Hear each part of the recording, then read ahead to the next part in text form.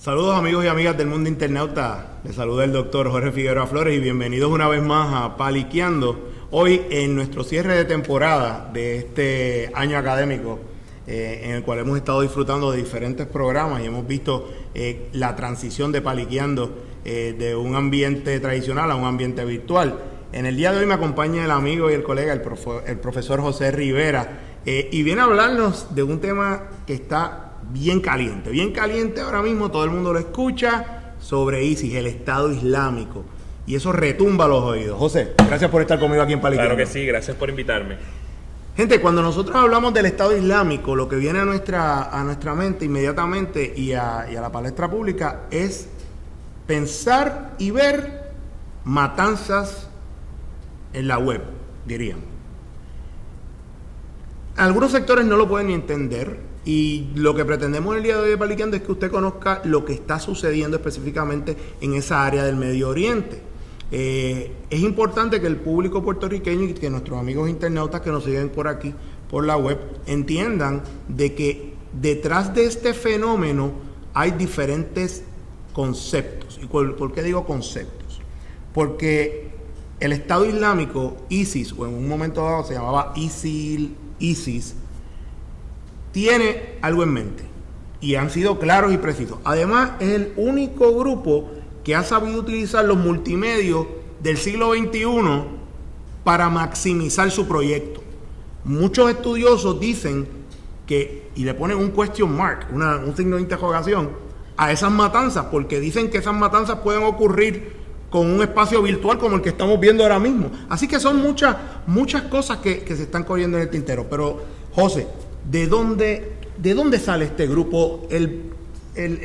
Danos por favor luz a nuestros amigos internautas que no conocen, claro que sí, sobre lo que es ISIS y de dónde surge. Claro que sí. Nuevamente saludos a los amigos internautas. Estado Islámico surge de múltiples fuentes. En el caso particular de Irak, el Estado Islámico surge de la resistencia sunita que se hace a la ocupación estadounidense entre 2003 y 2011. Son elementos de los cuerpos de seguridad iraquíes desplazados por el ejército de ocupación americana y la administración americana, y son personas que de momento están desocupados, que se ven en un momento precario y claro está, viéndose vulnerables, deciden entonces entablar una resistencia enorme en contra de la ocupación estadounidense y de la coalición que acompaña a los estadounidenses a Irak. Son mayormente de origen sunita, son árabes sunitas, que son que están normalmente en términos geográficos en el centro y en el norte de Irak, y son personas que pues fueron parte del componente de la seguridad del Estado, mayormente Policía Nacional, y claro está el Ejército Nacional iraquí, y es una de las múltiples resistencias, pero ISIS proviene mayormente de esto. También hubo otras resistencias, como por ejemplo la resistencia chiita en el sur de Irak, también en contra de los Estados Unidos, a la que se llegó a un acuerdo negociado de no agresión en un momento dado. Pero en el caso de los sunitas, pues precisamente son los elementos que estaban dentro del partido Ba'ath, ¿verdad?, del Partido Socialista Panárabe de Irak, y que muchos de ellos, sobre todo la alta oficialidad, eran leales a Saddam Hussein. Entonces todos esos elementos, pues en un momento dado, fueron grupos fragmentados de guerrilleros que resistían a los soldados estadounidenses, pero que entonces se fueron organizando a medida que algunos elementos del ejército iraquí, generales, coroneles y miembros de la policía iraquí se fueron integrando. Y ese es más o menos el origen. En el caso de Siria también surge de la resistencia sunita salafista en esa región. Y surge también como parte de un número de resistencias que también componen grupos como el Frente al-Nusra, que es afiliado a Al-Qaeda, y claro está la resistencia que los analistas llaman democrática y secular, que compone el Ejército Libre Sirio y el gobierno provisional de Siria en el exilio. Cuando nosotros pensamos y vemos dónde está situado el ya Estado Islámico, claro, nos podemos inmediatamente pues lo localizamos en esa área de Siria y de Irak ahora mismo, ¿verdad? Ciertamente. En ese borde. Pero tiene múltiples, yo diría múltiples manos, pero antes de llegar a eso, yo creo que es bien importante que nosotros veamos, ya que tú nos planteas bien el origen y ya sabemos de dónde sale. Yo quiero que nuestros amigos y amigas internautas conozcan y sepan también el aspecto religioso, porque muy bien tú describes la parte política, la cual yo la puedo percibir inmediatamente, porque gente molesta que estuvieron en el poder mucho tiempo con Saddam Hussein, que era suní, ¿verdad? Claro. Era sunita. Y mientras tanto los chiitas eran que los perseguidos en Irak, ¿verdad? Hay que recordar la guerra de los 80, del 80 al 88, entre Irak e Irán.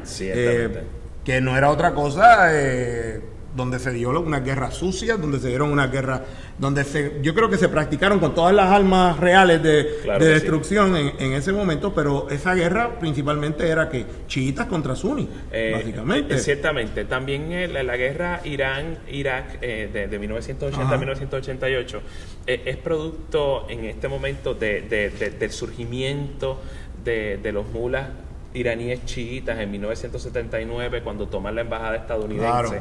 Y ese impacto, porque todos sabemos que aún a pesar de que en aquel tiempo no había internet, los medios lo agarraron y fue un acto sumamente dramático. Yo recuerdo, yo de niño, lo que tenía eran 8 años, lo impresionante ver a los estudiantes revolucionarios iraníes sacando a los rehenes estadounidenses tapados los ojos, exacto, con los ojos vendados, y es una imagen que me impresionó enormemente. Probablemente ahí fue que yo le agarré el gusto a la política y a los fenómenos políticos, ¿verdad? Por eso fue que me convertí, estudié para ser político.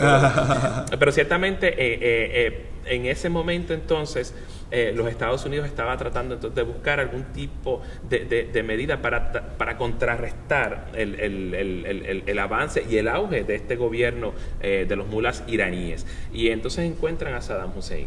Y ahí entonces tratan de librar una guerra vía proxy, vía una persona que dicen, este es nuestro hombre fuerte en la región, y entonces le vamos a dar toda la asistencia posible para tratar entonces de debilitar el gobierno iraní, tratar de desplazarlo y entonces reimponer la monarquía del Shah. Y entonces Saddam Hussein era el hombre fuerte, muy a pesar de que el hombre ya era un dictador. Tenía un gobierno, un régimen autoritario, era genocida, articulaba terrorismo de Estado, pero entonces eso no figura en los cálculos estratégicos de los Estados Unidos. Lo único que le importa en este momento a la administración Reagan es tratar de desplazar este gobierno de los mulas del Ayatollah Khomeini, y simple y llanamente le brinda toda la asistencia posible a Saddam Hussein, incluyendo las armas químicas. Es increíble ver cómo la vida da tantas vueltas, ¿verdad? De repente cuando le estás proveyendo armas y después 4 años después estás peleando contra ellos para después desplazarlos a principios a finales de siglo, a principios del otro siglo, y ver este fenómeno. Pero yo creo que también hay un fenómeno que aquí hay que trabajar dentro de todo este overview que estamos trabajando de ISIS, y es cómo ellos han trabajado la parte que tiene que ver con el fanatismo religioso. Pero específicamente, fíjate, a mí me llama mucho la atención cómo surge y cómo ellos, yo diría, disectan al musulmán. Definitivamente, y tú me corriges, José, está el musulmán chiita y el musulmán sunita. Claro que sí. Esas son las dos principales vertientes del Islam. La sunita y la chiita. Las diferencias son elementales en términos territoriales, pero también en términos teológicos. Los chiitas creen que los descendientes más directos del profeta Mahoma o Mohammed deben figurar en el clero, es decir, en el clero de imams. Pero básicamente esa es la diferencia, aparte de los rituales. Pero también existen otras sectas menores, en este caso los sufis, que son un poco más dados al misticismo, pero que también son musulmanes. En el caso de la rivalidad suní y chiita, pues no se circunscribe ciertamente a la cuestión teológica. Evidentemente esto se traslada al terreno cultural, al terreno político, y en algunos casos donde, dependiendo del país, si los chiitas son minoría o si los sunitas son minoría, pues entonces estos son tratados como ciudadanos de segunda clase. Hay que recordar, ¿verdad?, que existen suníes y chiitas en todos los países del mundo árabe y en el resto del Medio Oriente. Sabemos que Irán no es un país árabe.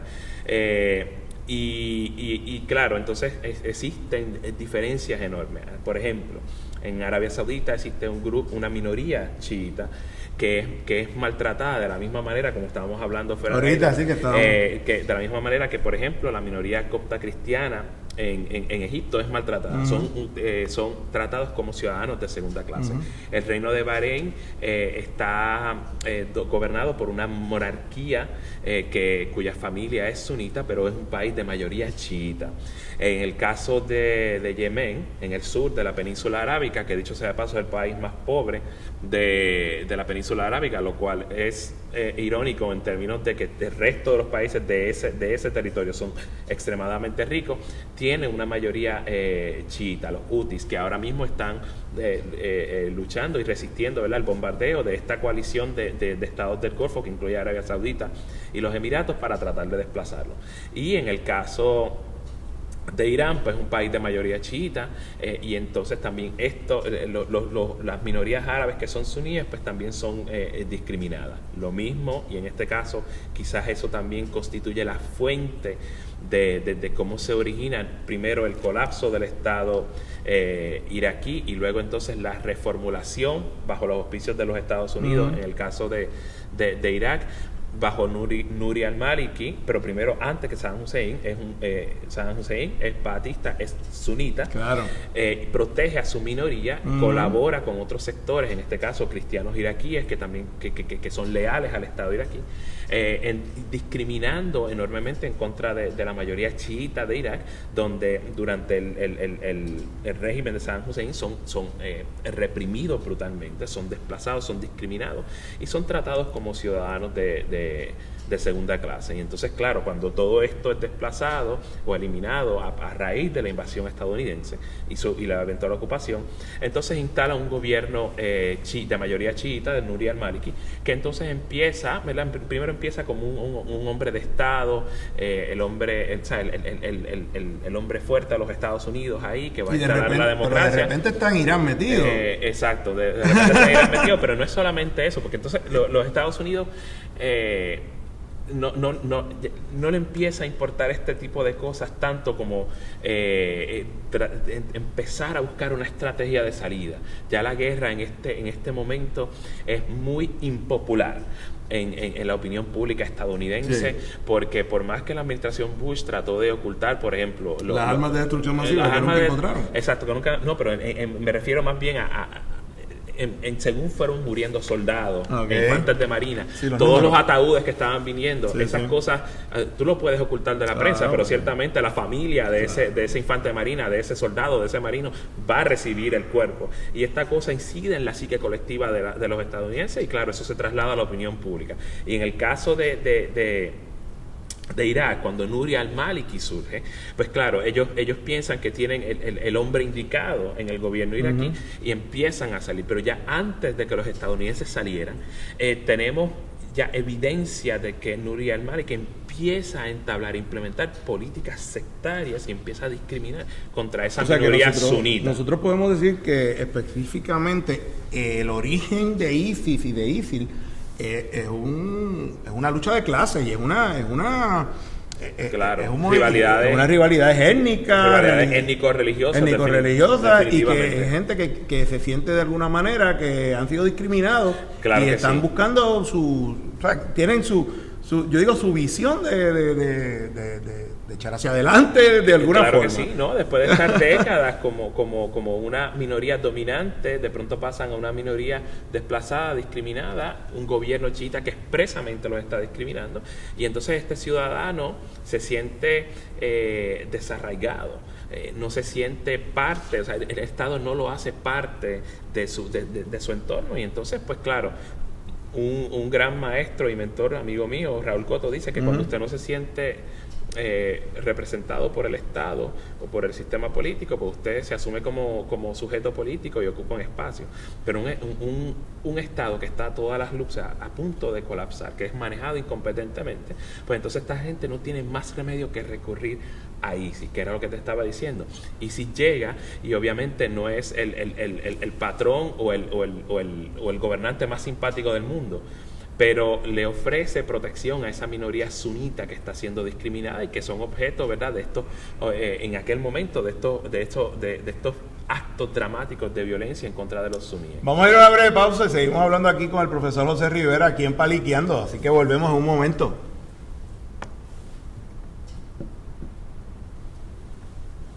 Súper. Y volvemos aquí a Paliqueando, dialogando con el profesor José Rivera sobre el tema de ISIS, del Estado Islámico, que causa conmoción cada vez que prendemos el televisor, que si le cortaron el cuello a más personas, que si torturaron a tantas mujeres, que si quemaron vivos a tales personas. Y eso es una fuente mediática increíble. Tú tienes a CNN y a otros, y Fox y todas estas cadenas de derecha norteamericana forzándose muchas veces en traer esto para promover una especie de odio. Pero José, yendo un poco más allá, ICM es más que eso, ¿verdad? Es más de lo que nosotros estamos viendo. ISIS es un proyecto político como tal. Absolutamente, sí. O sea, más allá de articular un Islam de interpretación salafista, muy rígido, muy medieval, evidentemente es un poder político. No solamente, obviamente domina las mentes, las psiques de aquellas personas que están bajo su hegemonía, su dominio en el territorio donde ellos están asentados, pero también son precisamente un Estado. ¿Y en qué sentido son un Estado? Ciertamente nosotros lo que vemos y lo que proyectan las cadenas que mencionaste, sí, claro, son las degollaciones, las ejecuciones, evidentemente, que son las cuestiones más dramáticas y probablemente lo que vende, lo que también podría ser un comentario sobre el morbo de nosotros acá en Occidente.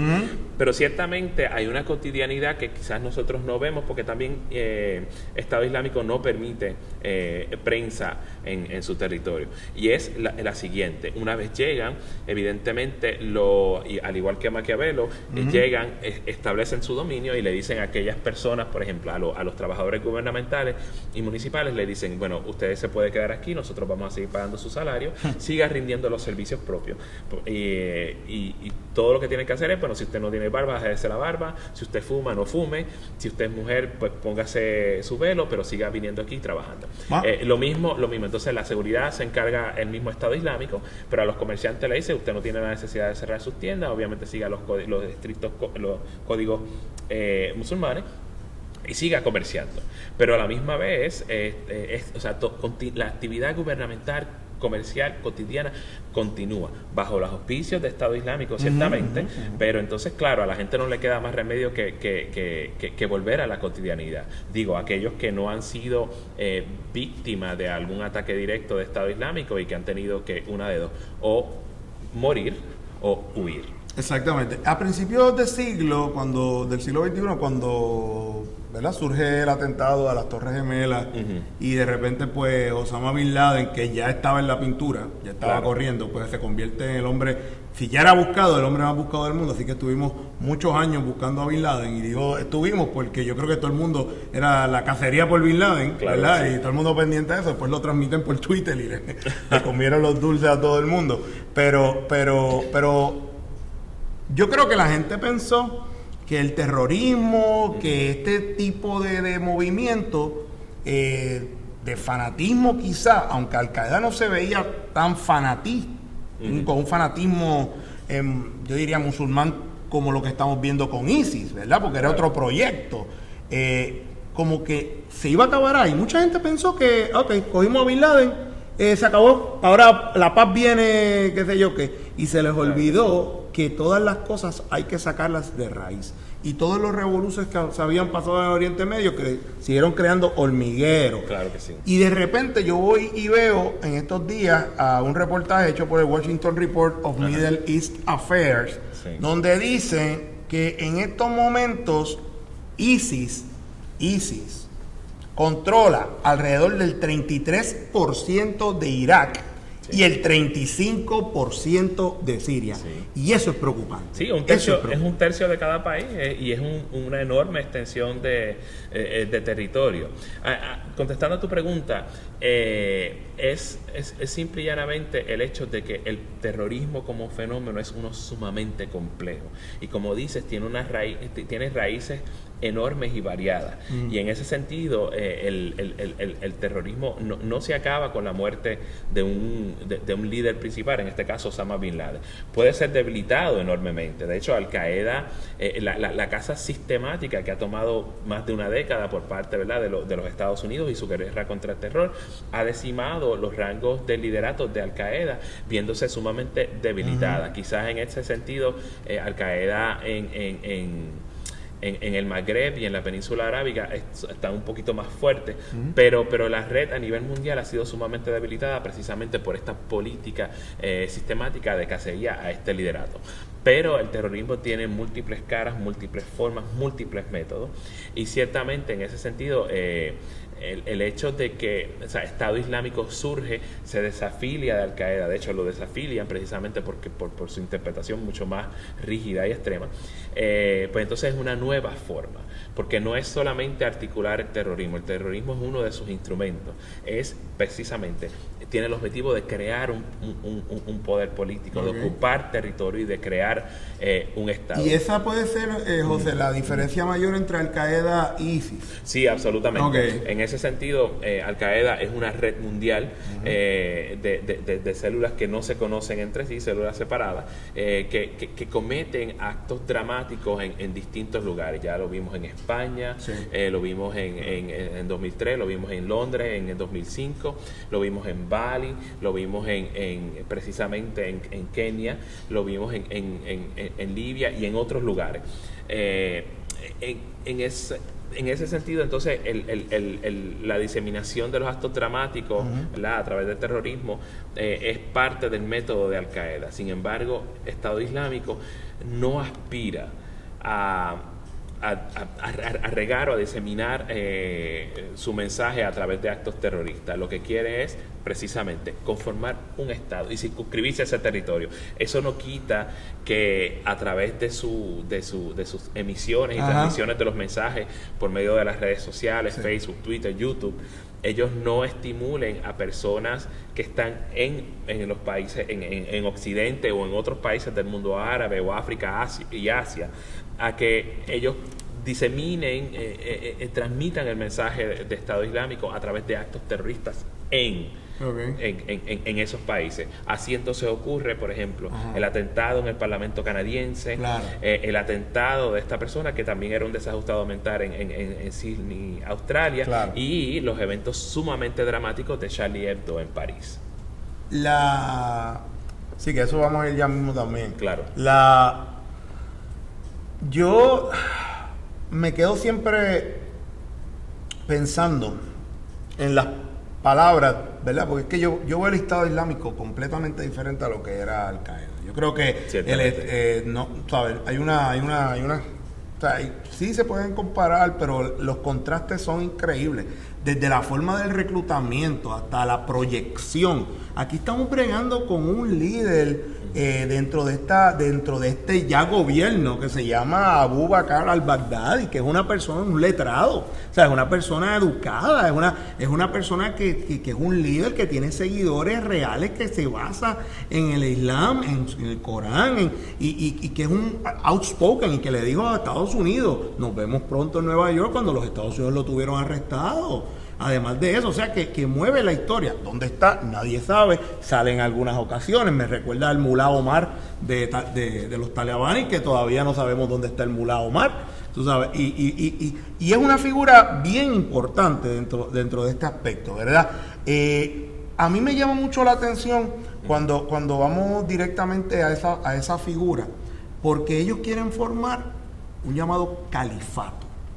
Y el califato que ellos han mencionado y que a mí, ¿verdad? Y vuelvo y digo, y ese es el conocimiento para que la gente vea cuando ellos hacen esos videos y mencionan al andaluz. Y cuando tú ves eso, tú entonces dices, espérate, esto se quiere expandir más allá de Siria y más allá de esta parte de Irak. Pero es este canto de tierra. O sea, realmente son una amenaza a los Estados Unidos, a los Estados Unidos como tal. Yo no lo veo como una amenaza, yo quizás lo veo como una amenaza a los intereses norteamericanos en esa área. Pero vamos a ir parte por parte. Sí, en eso estamos muy de acuerdo. Sí es una amenaza a los intereses estadounidenses en el área. Tenemos que recordar que todavía, y muy a pesar de las políticas energéticas que trata de promover la administración Obama, el país sigue muy adicto a los combustibles fósiles, exactamente, al petróleo. Y en ese sentido, pues sí amenaza a los intereses estadounidenses. Yo no podría, los intereses, ¿verdad?, estratégicos estadounidenses allí, pero o sea, como una amenaza a territorio estadounidense fuera de ataques, por ejemplo, de lobos solitarios, pues tampoco creo que sea algo de preocuparse. Eso no quiere decir que no se debe estar alerta, pero debemos entender que en un mundo post-septiembre 11, la vigilancia en los Estados Unidos es muy patente. Evidentemente la psique colectiva de los estadounidenses no es la misma, y entonces claro, el aparato de seguridad se ha movilizado para tratar de prevenir ese tipo de ataques. Así que en ese sentido yo no lo veo como una amenaza directa. Sí lo veo como una amenaza directa al grupo de países que están en la región, que es una región, como sabemos, muy volátil y no necesita más inestabilidad, y claro, tiene el potencial de esa inestabilidad regarse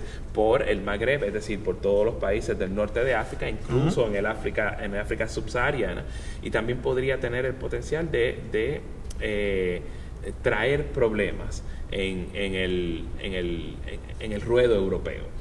Sobre todo con las grandes poblaciones de inmigrantes musulmanes que tienen, de jóvenes que no se sienten integrados social y culturalmente a los países en los que nacieron, porque son inmigrantes de inmigrantes de segunda, de tercera, de que cuarta volvemos a lo que planteaste al principio, son gente indignada, que se ha sentido oprimida, rechazada. Sí, ese sentimiento de desarraigo, esa crisis de identidad bien particular de los jóvenes, esto es algo que yo he comentado en otros medios, es lo que entonces impulsa a estos muchachos a sentirse atraídos por el mensaje de Estado Islámico. Y así es. Y es así. Entonces eso es lo que provoca que todos estos chicos dejen lo que están haciendo, dejen sus celulares, sus Twitter, sus grupos de amistades, sus novias, y entonces vayan vía Turquía, crucen la frontera con Siria y entonces presten sus servicios y su vida al Estado Islámico. O sea, es espectacular cuando hablamos y vemos todo este espectro, pero específicamente a esos amigos y amigas internautas, ¿qué es esto del califato? Porque también podemos saber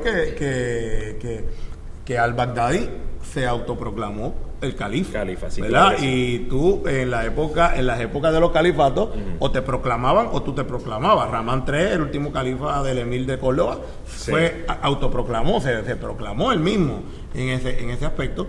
Pero ellos mencionan ese califato, y ese califato es desde un área bien extensa. Claro que sí. El califato es una forma de gobierno, de ordenamiento político, casi parecido a una monarquía, pero es una monarquía que tiene fuertes matices religiosos.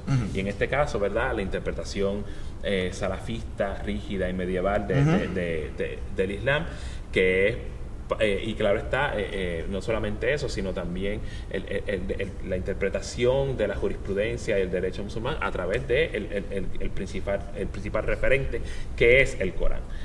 Y básicamente es eso. Entonces, pues claro, el califa es el principal líder político, pero también religioso de este tipo de arreglo político, y que claro, tuvimos como referencia, ¿verdad?, en un momento dado donde el califato se extendió desde Bagdad hasta ¿La península?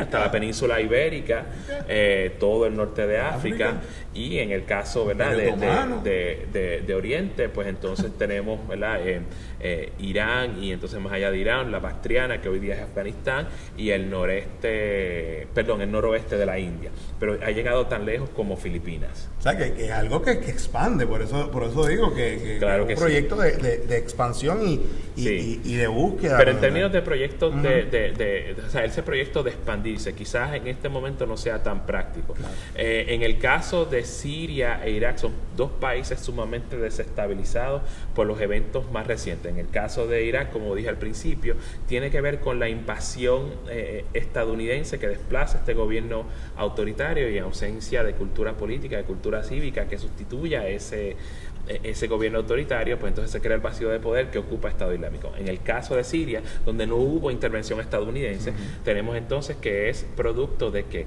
de los movimientos de lo que pues llamamos la mal llamada primavera árabe. Y que entonces, como respuesta a esas protestas, a esos reclamos de parte de los ciudadanos sirios a Bashar al-Assad de cambio sustancial, de reformas gubernamentales, de apertura política, Bashar al-Assad decide enfilar los cañones en contra de esas personas, así desplazando cualquier posibilidad de diálogo político, y entonces tenemos la guerra civil siria, que es lo que termina entonces creando ese vacío de poder que termina ocupando. Para esos amigos y amigas del Islámico. mundo internauta, lo que el profesor José Rivera indica de Bashar al-Assad es básicamente un rey sin corona, porque es el hijo del gran al-Assad. Claro que sí. Que controló con mano dura Siria por muchísimos años. Por varias décadas, ciertamente. Por muchísimos años, y que es el presidente ahora mismo, Bashar es el presidente ahora mismo, el oftalmólogo. Educado en Gran Bretaña. Volvemos a lo mismo. Vamos a ir a una breve pausa y seguimos hablando aquí con el profesor José Rivera en Paliqueando. Volvemos.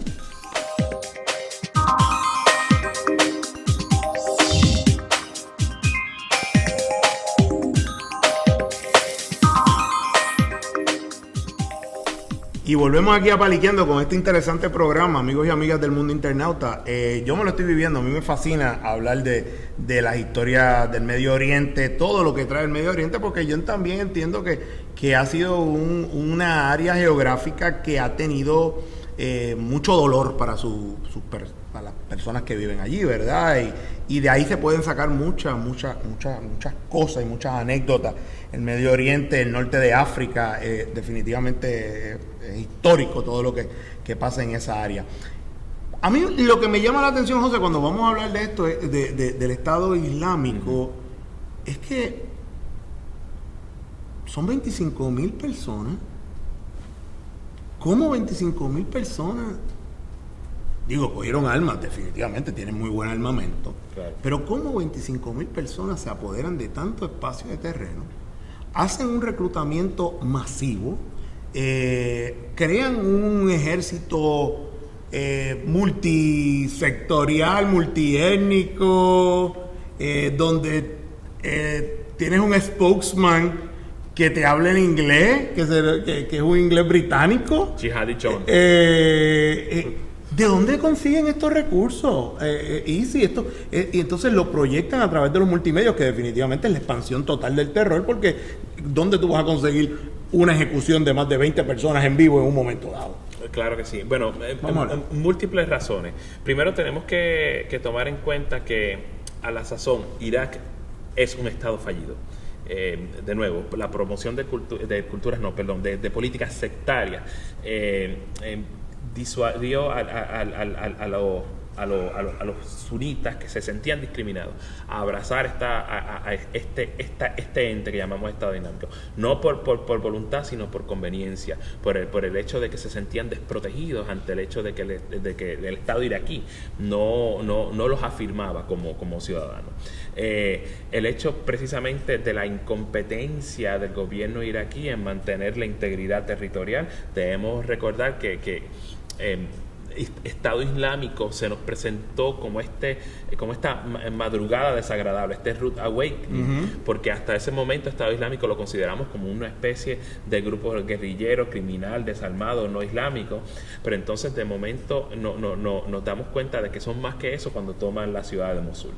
Y entonces no es solamente el hecho de que toman la ciudad de Mosul, sino es toda esta retirada precipitada y desorganizada del Estado iraquí, las deserciones del ejército iraquí, la falta de protección y de seguridad a la ciudad de Mosul, que indican de nuevo a todas luces que Irak es un estado fallido. Por lo tanto, es una combinación de esto. El hecho también de que Estado Islámico en los lugares que domina, no solamente ha confiscado armamento y vehículos, sino también los depósitos de los bancos que se encuentran ahí, por lo tanto cuentan con ese dinero. El hecho de que para financiarse, porque ya el flujo de dinero que venía de la península arábiga se ha cortado enormemente, pues entonces, pues como hace cualquier otro estado, uno de los elementos más básicos es la provisión de seguridad a través de la policía, del cuerpo policíaco y el ejército, pero otro elemento muy propio del estado es que impone tasas impositivas, ¿verdad? Perdonando la redundancia, es decir, cobra impuestos. Por lo tanto, ellos se autofinancian, cobran impuestos, ¿verdad? Sobre la venta, sobre el combustible, y claro está el hecho de que aparentemente tienen el conocimiento técnico para la extracción de petróleo y refinamiento de este combustible, y no es que lo vendan en el mercado exterior, no, porque no pueden, todo eso está boicoteado, pero evidentemente el comercio se tiene que mover dentro del territorio del Estado Islámico, así que lo que hacen es que lo venden a nivel local por debajo del precio del mercado. Cuando pensamos en el Estado Islámico, la palabra Islam nos viene a la mente, y lamentablemente dentro de todos los sucesos, y nosotros acá en Occidente, ¿verdad? Hemos recibido tanta, yo diría, tanta media negativa, claro, del Islam, que crea, ¿verdad? Que crea situaciones y que uno le crea hasta xenofobia, en algunos casos crea odio a una religión, y es fuerte porque tenemos hermanos y hermanas puertorriqueños que practican el Islam, tenemos compañeros que practican el Islam, y entonces lamentablemente por todas estas cosas que se están viendo dentro del Estado Islámico, dentro de la persecución también y de la guerra contra el terrorismo, pues se ha marcado la religión. Bien, ahorita mencionaste algo en particular que fue el caso de París, ¿verdad? Y el Estado Islámico se pronunció sobre lo que había ocurrido en París. El Estado Islámico entendió que era lo correcto ir allí porque era una falta de respeto al profeta Mahoma, Dios esté con él. Sí. ¿Verdad? Hay que decirlo con respeto. Claro. Pero no es la primera vez que esto se ve. Yo recuerdo el voto de Ayatollah Khomeini, de los versos satánicos de Salman Rushdie. Lo que pasa es que nunca cogieron a Salman Rushdie. También hemos visto cuando la prensa en un momento en Holanda se hizo algo similar o se mofó del profeta Mahoma, Mohammed, que se dibujó, y está claro de que eso no puede suceder. Entonces el Estado Islámico utiliza eso como pretexto para atacar. Pero mira lo que me llama la atención, porque entonces el Estado Islámico ve al reportero, y yo en un momento dado, si yo soy por ejemplo, y lo pongo de esta manera, vamos a suponer que yo soy el presidente de un cuerpo legislativo dentro de un área dentro del gobierno de los Estados Unidos, específicamente en el Capitolio, en una de esas comisiones, vamos a decir que soy de la Comisión de Defensa, y tú eres periodista y me preguntas a mí si ISIS, yo entiendo que es una amenaza para mí, yo digo, yo creo que es más amenaza para ti, porque para el periodismo se ha convertido entonces en una amenaza, porque es la primera vez que se ataca directamente al sector del periodismo, que tienen una libertad de prensa, simplemente porque están llevando que de una manera sarcástica esto allá. Bien, a lo que voy. Y si entonces dentro de su fundamentalismo también se contradice. ¿Por qué? Porque dentro del Islam, ¿verdad? No se cree en la tortura y en la mutilación. Sin embargo, estamos viendo otras tortura cosas y mutilación. constantemente. Además de eso, las convicciones que tienen que ver forzadas al Islam para después tratarte como ciudadano de segunda clase también, ¿sabes? Porque no naciste. Claro que sí. O sea, si no eres sunita, eres chiita o eres cristiano o turkmen o eres hasidi, pues entonces una de dos, o te conviertes o te exilias o te mueres. Que mi pregunta es, o te peinas o te haces jolos con esta gente. Pues no entiendo. Vamos entonces a la parte, a lo que sucedió en París. Lo que sucedió en París es algo muy complejo y las múltiples interpretaciones que podemos dar son muy controversiales. Hace un par de meses atrás estuve en un foro en la Universidad de Turabo sobre Charlie Hebdo, en donde yo planteé una serie de elementos importantes. La revista Charlie Hebdo es una revista que lleva décadas de publicación. Su predecesora Harakiri también era una revista satírica y es parte de ese género del periodismo que es prensa satírica, aquí al cual no estamos acostumbrados ya porque ya ha desaparecido. De hecho, Paliques tenía mucho de eso Paliqueando su regreso básicamente. Tenía mucho elemento, ¿verdad? Canales le gustaba hacer eso. Satírica, exactamente. En ese canal le encantaba hacer eso. Pero entonces aquí, pues ya la prensa satírica no es tan patente. Pero yo no voy a satirizar a ISIS por si acaso. Claro, no, exacto. Pero pero claro, en el caso particular de Francia existe entonces Charlie Hebdo y existe también un periódico satírico que es muy legendario que se llama Le Canard Enchaîné, que significa el pato encadenado. Charlie Hebdo y estos evidentemente tiran editoriales satíricos que pretenden a través del humor, que me parece que es un elemento muy efectivo, entablar un comentario social, una crítica social, una crítica al sistema político sobre precisamente los desfases, las desatenciones a través del humor, que me parece que es muy efectivo, porque también el hecho de que el reportaje te provoca risa, también te abre a la reflexión. Y eso es lo extraordinario de la prensa satírica. Ahora, Charlie Hebdo, a través sobre todo de las representaciones gráficas religiosas, porque Charlie Hebdo no ofende solamente al Islam, también ofende a los judíos, ofende a los cristianos y ofende a la extrema derecha francesa. Tiene esas representaciones en muchas ocasiones rayan en lo ofensivo y definitivamente en el mal gusto. Y eso pues crea una reacción.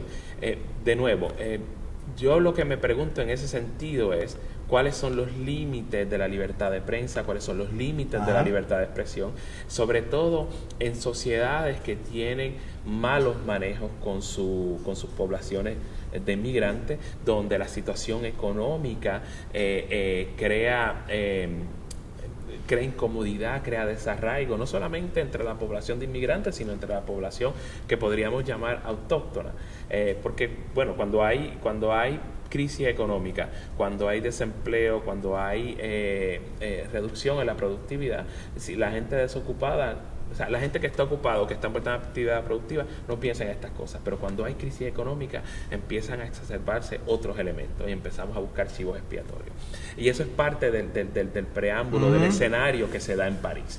Entonces, claro, en ese sentido, ¿verdad? Estamos en un mundo donde las opiniones en torno a lo que pasa en Medio Oriente y pasa con el Islam están muy polarizadas. Y claro, una expresión como la que hace Charlie Hebdo, aunque está protegida por la libertad de expresión, por la libertad de prensa, no se hizo parte o no pasó el sedazo quizás de un proceso de reflexión editorial en donde se debió haber pensado esto un poquito mejor. Con todo y eso, esto no quiere decir y jamás va a justificar el hecho de que tres desajustados mentales interpretando el Islam de la manera distorsionada en que lo interpretan, agarren rifles automáticos y empiecen a cegar vidas de la manera que claro, porque esto no es tampoco diferente a cada vez que entran, por ejemplo, en Mosul y destruyen, basado en politeísmo, figuras. Oye, Está destruyendo la humanidad. Eso es una herencia cultural de la humanidad. Algo bien repugnante. O sea, sí, la palabra es... Entonces, como te digo ahorita, o te peina o te hace jolo, porque tú quieres llevar a cabo una política, tú quieres ser un gobierno, pero también quieres destruir lo que son tesoros de la humanidad. O sea, ¿cuál va a ser el legado entonces de ISIS? Un legado de Tejol, lo cual me presenta a mí que una estructura que muy parecida al talibán. Yo recuerdo cuando los talibanes demolieron las estatuas de Babillán, budistas allá en Afganistán, que eso eran tesoros de la humanidad. Entonces también se sigue haciendo eso. ¿Cuál es el odio de ISIS hacia, como ellos bien le dicen, el pueblo de la cruz? Hacia el pueblo de la cruz. ¿Tú sabes cuál es su odio radical? Que los últimos videos, que fíjate, no han sido en Irak, los últimos videos que hemos visto han sido en Libia, han sido en Egipto, han sido en el área del Mediterráneo, y te han trabajado todo el tiempo ¿con quién? Con los coptos, con los cristianos coptos, claro. Los otros días con etíopes también. Oye, estamos hablando de áreas y sectores bien dentro del fundamentalismo cristiano en esa área, son gente bien arraigada al cristianismo. Hay que recordar que Jesús estuvo en Egipto, y los coptos, eso se lo viven, ¿verdad? Una de las iglesias importantes. Pero ¿qué es lo que sucede como tal? ¿Cuál es el odio hacia el pueblo, como ellos le dicen, el pueblo de la cruz como tal? Claro, hay referentes históricos y hay referentes de la inmediatez y la conveniencia. En el caso, ¿verdad? El mensaje que está tratando de diseminar el Estado Islámico es precisamente la imposición del salafismo, ¿verdad? Del Islam salafista en las áreas en que dominan. Ciertamente también contribuye al mensaje dramático que ellos diseminan a través de las redes sociales. El hecho de que en algún momento las cruzadas impactaron fuertemente la región. Y claro, todos estos reyes europeos que llegaron, todos estos reyes y soldados europeos que llegaron para tomar Jerusalén y desplazar, por ejemplo, a los sarracenos, a los árabes. Eso todavía pega muy fuerte, ¿verdad?, en la memoria histórica y colectiva de los pueblos árabes. Así que está ese referente histórico de lo que sucedió en las cruzadas, del impacto que tuvieron las Pero ellos ellos lo reviven, lo que hacen. Por eso es que a mí me parece algo formidable, José, cuando ellos retoman oye, estamos de nuevo contra las cruzadas. Ciertamente. Entonces, pues, claro, esa es la interpretación que ellos hacen, que me parece que es una muy desafortunada. Entonces, la otra cuestión es la conveniencia. Evidentemente hay grupos cristianos diseminados por Medio Oriente, cristianos coptos, cristianos maronitas, cristianos los asirios, ciertamente, y claro, muchos de ellos herederos de ese cristianismo primitivo que en algún momento, ¿verdad?, estuvo varias iglesias, claro que sí, estuvo rampante después de la muerte del rabino de Nazaret, de Jesús de Nazaret. Y entonces, pues claro, esas poblaciones históricamente han estado asentadas ahí. Siempre han habido rivalidades entre grupos por razones comerciales, por razones de terreno o de ocupación de terreno, de quién es el dueño de ese territorio, y también por cuestiones religiosas. Pero hasta este momento, interesantemente, esa convivencia, excepto quizás en el Líbano, ha sido una bastante cordial, pacífica. De pronto entonces surge el Estado Islámico, y contrario quizás al califato, que permitía que los judíos y los cristianos pudieran expresar su fe siempre y cuando pagaran un impuesto adicional. El tax. Esto no se le permite, lo cual es interesante e irónico, considerando que si ellos pretenden recrear el califato del medioevo, pues entonces ahí ya hay una inconsistencia.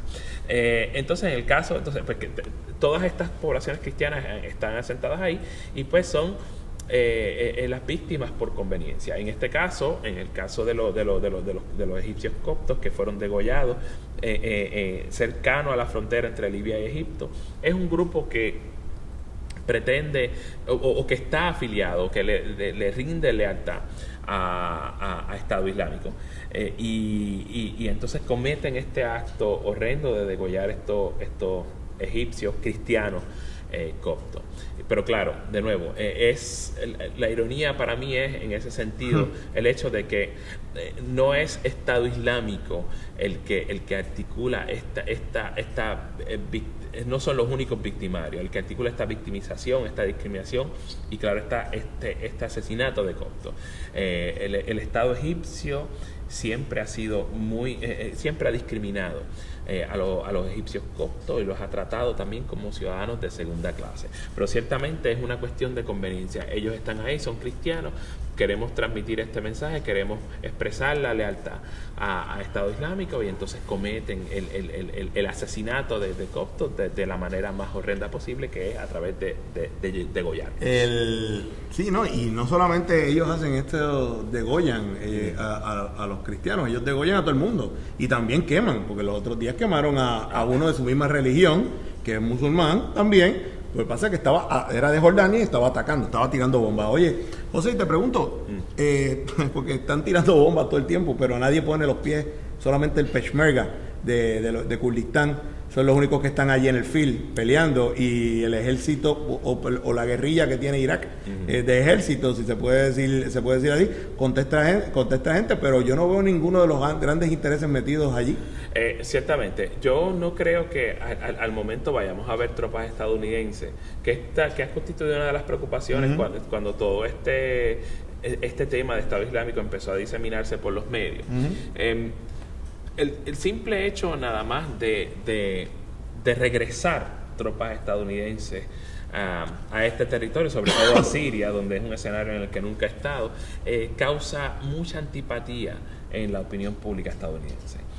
Sobre todo porque le ha afectado enormemente la psique colectiva. No es la presencia, son los desaciertos estratégicos que se cometen. Es la incompetencia en cómo se manejó la ocupación, el hecho de que murieron tantos soldados. Obviamente también murieron muchos civiles, pero estoy tratando de verlo desde la perspectiva, ¿verdad? De la psique colectiva y la opinión pública estadounidense. Y entonces eso les resulta sumamente antipático, sobre todo porque hay problemas domésticos internos en los Estados Unidos que también ameritan mucha atención. La deuda pública enorme que tienen los Estados Unidos, la polarización política que hay en Washington, donde por ejemplo los republicanos del Congreso, sobre todo los de la Cámara de Representantes, están dispuestos a hacer cualquier cosa con tal de hacer quedar mal a la administración demócrata de Barack Obama.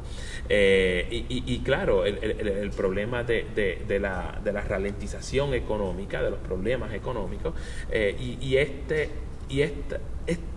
posibilidad, porque siempre, ¿verdad?, va a haber una posibilidad de que se regrese al Medio Oriente, de una región donde quieren salir enormemente, pues les resulta contrariante. Por lo tanto, no lo vemos ahí. El esfuerzo que se está llevando a cabo en contra de Estado Islámico es una combinación y entonces hay que decirlo, hay tropas estadounidenses tirando bombas en el área, no solamente la fuerza aérea de los Estados Unidos, sino evidentemente la Armada estadounidense, quiero decir el Navy, lanzando cohetes, y claro, hay tropas de fuerzas especiales, ¿verdad? Special Operations Command, que están en territorio iraquí, en territorio sirio, asistiendo a las fuerzas armadas iraquíes, a las milicias iraquíes de mayoría chiita, e incluso dialogando con el alto liderato militar iraní, para tratar de articular algún tipo de estrategia y empujar, ¿verdad?, a Estado Islámico, ¿verdad?, a una posición precaria. Mi planteamiento es entonces, ¿sabes cómo tú puedes pensar algo así cuando de repente tú vienes, terminaste con esto aquí y de repente te salió otro hormiguero acá? Por ejemplo, los otros días, hace un tiempo atrás, todos sabemos lo de Boko Haram. Claro. Lo de Boko Haram. Entonces, los otros días que nosotros hacemos We Pledge, ¿verdad? Alliance, con Estado Islámico también. Entonces, el nombre se sigue. O sea, ¿cómo yo puedo detener todo eso? O sea, y esas son las contestaciones que uno dice, pero espérate, porque sale una cédula acá, sale otra acá, claro. Es como un hormiguero. Tú vienes y rompes el hormiguero, pero tú sabes, si no lo matas de raíz, el hormiguero se mueve para el otro lado. En términos estratégicos, en términos de estrategia militar, yo siempre menciono esto porque yo Claro. creo que es importante y necesario. Lo que pasa es que a veces la crítica hacia mí viene porque me planteo estas cuestiones estratégicas, pero me parece, y yo, ¿verdad? Le digo a los compañeros internautas que mi interpretación siempre se basa en dos elementos teóricos, ¿verdad? Los nexos de interdependencia compleja que existen en las relaciones internacionales y un análisis más realista de las relaciones internacionales. En ese sentido, mi interpretación es como Maquiavelo, las cosas como son, como las tengo de frente y no como queremos que sean. El wishful thinking para mí en la diplomacia, en las relaciones internacionales, es una actitud muy peligrosa. Y se lo digo para aclarárselo a los internautas. En ese sentido, en términos estratégicos, quizás la gran ventaja, y esto no significa que va a ser fácil, es el hecho de que Estado Islámico en este momento se circunscribe en ese pedazo de territorio. Dicho esto, evidentemente la estrategia para empujarlos va a ser una larga y va a envolver una cantidad enorme de tropas. En este caso, tropas iraquíes, tropas gubernamentales iraquíes, quiero decir, y milicias chiitas. En el caso de Siria, y esto podría ser muy incómodo, de hecho lo han sugerido y le han caído severas críticas al secretario de Estado John Kerry, el hecho de que en el caso de Siria, para pelear contra Estado Islámico, van a tener que contar no solamente con la resistencia de los rebeldes del Ejército Libre Sirio, sino que van a tener que entablar algún tipo de diálogo o llegar a algún tipo de acuerdo con el régimen de Bashar al-Assad para poder entonces empujar a las tropas de Estado Islámico que se encuentran ahí. En combinación con el Peshmerga, se podría entonces en ese sentido articular una estrategia de empujar a Estado Islámico a una posición precaria en donde se les haga costoso no solamente retener el territorio, sino de organizar una contraofensiva para tratar de entonces de sacar a los iraquíes, a las tropas gubernamentales iraquíes, Siria y todos aquellos que se les resisten. Pero entonces tratando entonces en ese sentido de obligarlos a sentarse en la mesa de las negociaciones y tratar de concordar algún tipo de paz o arreglo. Yo creo que los amigos de la diplomacia y los amigos que juegan a la guerra tienen un hueso duro que joder con ISIS ahora mismo. Vamos a ir a una breve pausa y regresamos al segmento final de Paliqueando en el día de hoy, hablando con el profesor José Rivera aquí en Paliqueando. Volvemos.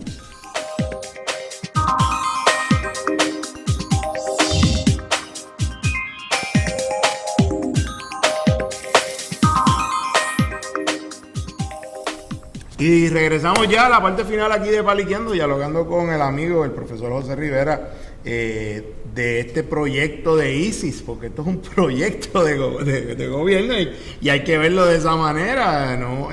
Ustedes que son politólogos, científicos sociales y también científicos políticos que trabajan la teoría política, yo creo que tienen que estar locos con el proyecto que ISIS está trayendo dentro del siglo XXI y la fortaleza con la cual tiene. Además, a mí me gustaría saber tu opinión en cómo ellos están haciendo la política mediática y cómo han sido exitosos a través de utilizando las redes sociales y los medios del siglo XXI.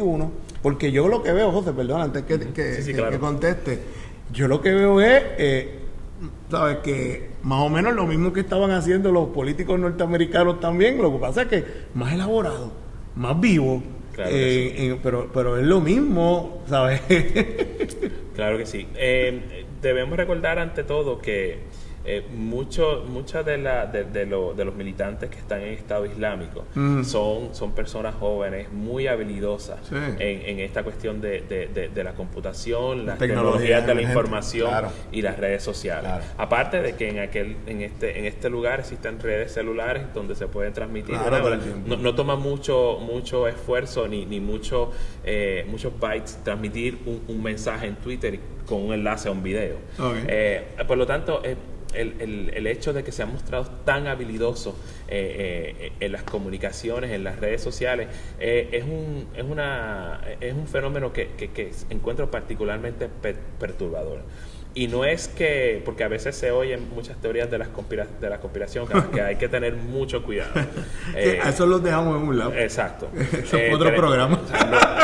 contrario a lo que se dice, por ejemplo, en las redes sociales, no es que tengan una cuenta de Twitter o de Facebook que esté libre de bloqueo. Es que tanto Facebook como Twitter como YouTube les bloquean las cuentas, pero al mismo tiempo y simultáneamente, en pocos segundos, ya tienen otra cuenta activada. Y claro, existe también la estrategia de simple y sencillamente anotarse, como es registrar una cuenta, dejarla en vilo, idle, como se dice en inglés, y una vez entonces la cuenta que se está usando es bloqueada, entonces se retoma la Yo próxima. creo que ISIS le da ejemplo a todo el mundo de cómo utilizar las tecnologías emergentes a la máxima expresión. Absolutamente. O sea, definitivamente, viéndolo dentro del punto de vista mediático y como especialista dentro de integración tecnológica en la educación, definitivamente no solamente con la forma de expresión, pero como ellos estructuran sus videos, son básicamente hasta, yo te diría, educativos de alguna forma, porque todo el tiempo traen factores históricos, utilizan combinaciones de colores, utilizan muchas cosas, lo cual es triste también dentro de todo lo que está pasando, porque a nadie le gusta ver a 20, 30 personas degolladas o tomadas o tiroteadas. ¿Y si está cometiendo genocidio? Sí. Okay. En el caso sobre todo de los yazidis, que son estas poblaciones, ¿verdad?, de iraquíes descendientes de persas que en algún momento expresaban un tipo de fe muy parecida al zoroastrianismo. Estos grupos están siendo sistemáticamente eliminados a través de la conversión al Islam, a través de la esclavitud o simple y llanamente a través del hecho de exiliarse. Y entonces al exiliarse, por ejemplo, en otros países árabes, la discriminación continúa, entonces no se ven forzados a convertirse al Islam. Que es una cuestión sumamente triste. Yo también debo en ese sentido recalcar, ¿verdad? Las guerras nunca son buenas, y en ese sentido, en un momento dado, la ocupación estadounidense y la resistencia que ocurrió a raíz de esa ocupación también afectó a la población de los mandeos. Los mandeos son una población que viven en el sur de Irak, en los pantanos que están en el sur de Irak, que es una secta muy antigua y no es una secta cristiana, pero son seguidores de Juan el Bautista. Estas comunidades desaparecieron prácticamente de todo Irak, y ahora algunas de ellas están en el exilio, pero simple y llanamente ya en esa área donde históricamente estaban circunscritos ya no existen. Y creo que es un fenómeno que a nivel cultural, a nivel sociológico y a nivel humano es sumamente triste. Te pregunto, ya terminando nuestro programa, la pregunta que te voy a hacer es bastante, ¿verdad? Es cuestión para trabajar otro programa. Y que definitivamente aquí hay mucha tela para cortar, porque es la primera vez que hablamos del Medio Oriente y no mencionamos a Israel. Para nada, no hemos mencionado a Israel aquí, para nada. Tú sabes, sí judíos, pero no hemos mencionado nada de Estado de Israel. Que es algo que llama mucho la atención. Para que tú veas el poder que tiene ISIS ahora mismo. ¿Sobrevivirá el cristianismo en el Medio Oriente? Yo creo que sí.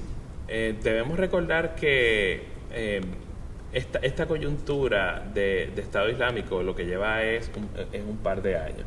Yo creo que en tanto y en cuanto se puedan resolver los conflictos de Irak y de Siria, las guerras civiles en este caso, y esto podría tomar mucho tiempo, entiendo que una paz negociada, una paz civil puede entonces regresar o puede significar un regreso paulatino a la normalidad. Y en ese sentido debemos recordar que históricamente los cristianos han vivido en relativa paz en Irak, en Siria, definitivamente en el Levante, en el Líbano, donde la mitad de la población es cristiana, y han logrado sobrevivir, ¿verdad?, a pesar de que en algunos momentos han sido discriminados o han sido desplazados. Así que entiendo que en ese sentido la resiliencia humana, o parte de lo que es la resiliencia humana, es el hecho de sostenerse a aquellos elementos que le dan identidad o integridad identitaria. Por lo tanto, va a ser difícil, pero yo no creo que el cristianismo vaya a desaparecer de la región. José, muchas gracias por estar con nosotros, claro, aquí sí, en Paliqueando, y te agradezco que hayas compartido con nosotros, y definitivamente vamos a seguir en comunicación para que vuelvas a Paliqueando y sigamos hablando de diferentes temas que tienen que ver con todo este espectro que ISIS ha causado, este revuelo en el mundo. Claro que sí, el placer es mío y muchas gracias por invitarme. Amigos y amigas del Mundo Internauta, otro programa más. Con esto ya cerramos nuestra temporada del 2014-2015 de Paliqueando, esperando que haya sido de su agrado. Este ha sido el doctor Jorge Figueroa. Nos vemos pronto.